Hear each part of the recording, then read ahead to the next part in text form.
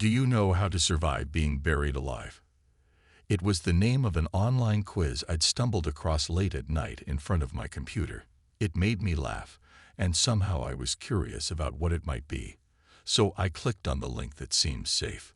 I arrived on a website page with a standard personal information form to fill in so that they could make statistics on the results. I wrote fake informations as usual, except my email address, since they were offering $2.99 off a Subway sandwich at the end. And yes, I was that desperate financially. The questionnaire was in the form of an MCQ with 10 questions. Before I started the questions, I had to read a guide entitled How to Survive Being Buried Alive, which the questions were going to be about.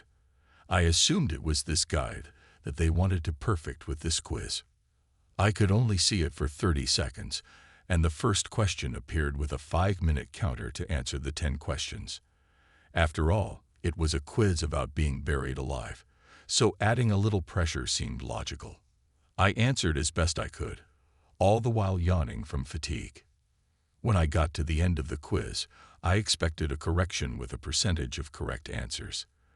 But there was nothing except a page with the words, "Thank you for your participation. We'll get back to you soon." I checked my email address, and I hadn't received the coupon either. What a scam, I muttered, yawning again. I turned off my computer and went to bed still dressed, too lazy to put on my pajamas.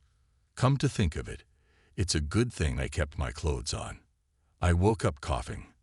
The air, for some reason, was nauseatingly heavy. I tried to turn on my side to go back to sleep, but my legs were blocked by a solid obstacle. I opened my eyes in surprise and stood up. Immediately, my head too hit something solid. I rubbed my forehead with my hand and started groping around. It was pitch black, and while my alleyway was regularly surveyed by cars, even very late at night, there was not a single sound, nor any headlight. I kept touching everything around me with my hands. While I should have been able to move my arms and legs freely, it was impossible for me to raise my torso, my arms, or turn on myself. I began to breathe heavily as I realized that I was definitely no longer in my bed, that I was trapped somewhere. Then, in the back of my mind, an idea flashed through me like a bolt of lightning. It was just a dream, or rather, a nightmare. I'd read that stupid questionnaire about being buried alive just before I went to bed, and now I was having a nightmare. I smiled, feeling relieved a little. I waited, and waited, but I wouldn't wake up. Still in a state of disbelief, I started looking again to see if there was anything around me to give me a clue as to where I was. And finally, on the ground towards my knees, I felt a cold, almost icy surface beneath my fingers. I grabbed the object and turned it in my hands. The top lifted, and I felt a mechanism like a lighter. I flicked it, and a flame appeared, and what I saw definitely removed any hope that I was sleeping. I was in a human-sized wooden box, like a coffin. I still had my clothes on, but that was all I could see. I started shaking. I couldn't believe what was happening to me. What the fuck is happening? Where am I?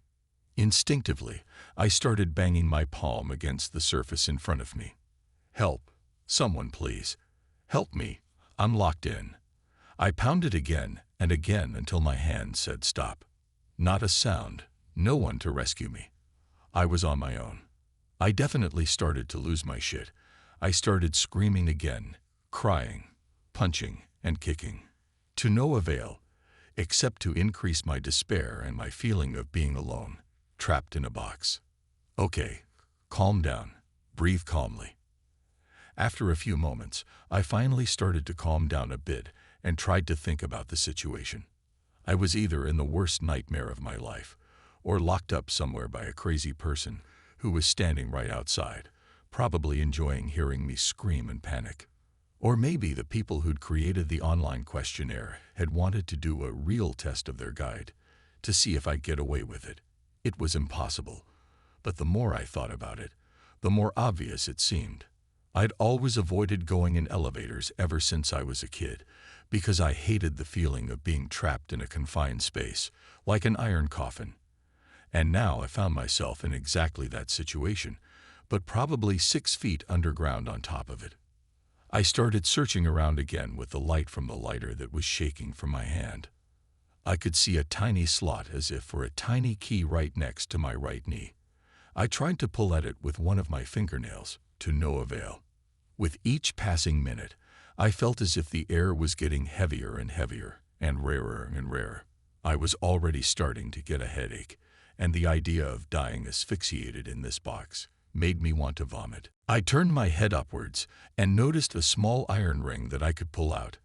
I quickly did so, and inside a small hidden drawer, I found a music box with a tiny keyboard to play a few notes. I looked at it from every angle, my fingers burning from the lighter as I kept it lit. There was nothing special about it, except that it seemed extremely solid. I activated it, and it produced a few seconds worth of music. I waited, but nothing else happened. I pressed the little keys on the keyboard at random. I noticed that the sounds were similar. Do they seriously want me to solve a riddle like I'm playing Resident Evil? I listened to the music again and tried to play it back. I started again and again. With every minute that passed, my headache got worse, and I couldn't help taking deep breaths of air because of my claustrophobia. Finally, I managed to reproduce the damn music, and something unlocked under the box. A tiny key lay in the palm of my hand. I turned again, trying to remember where I'd seen the tiny hole in the wood. The light from the lighter was very limited, and I was unable to bend myself. I finally found the lock, and after a few contortions managed to insert the small key and turn it. Once again, a drawer was unlocked, and before my eyes was a heavy iron box with a digital display on which was written 12.9. The number changed every second, but there was always an exclamation mark. I couldn't figure out what it was. I was getting more and more panicked, and I was breathing harder and harder. Eventually, I noticed that the more I breathed, the more the number increased. Is this a device that calculates my oxygen consumption? I closed my eyes and tried to remember what I'd seen on the damn guide in the 30 small seconds they'd left me. I was pretty sure that one of the first steps out of it was something like conserve your oxygen. I had to give it a try. I extinguished the lighter, put the box on my chest, and concentrated on slowing my breathing. It seemed impossible. As I closed my eyes, trying desperately to calm down, I began to hear a whisper in my left ear. "You're going to die here." I immediately turned around and lit the lighter, but there was nothing. Had I imagined that voice? Was I losing my mind? I slowly put the lighter out again and tried to concentrate again by closing my eyes. "You're going to die buried alive." I kept my eyes closed. "It's like you're already dead."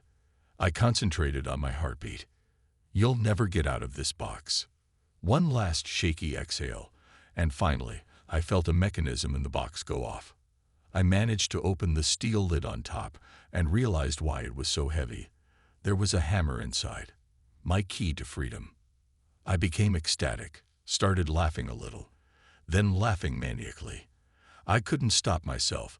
Then suddenly I started having another panic attack. I was losing control of myself and my emotions. I had to get out now. I positioned the hammer level with my face, so I still had enough room to maneuver it.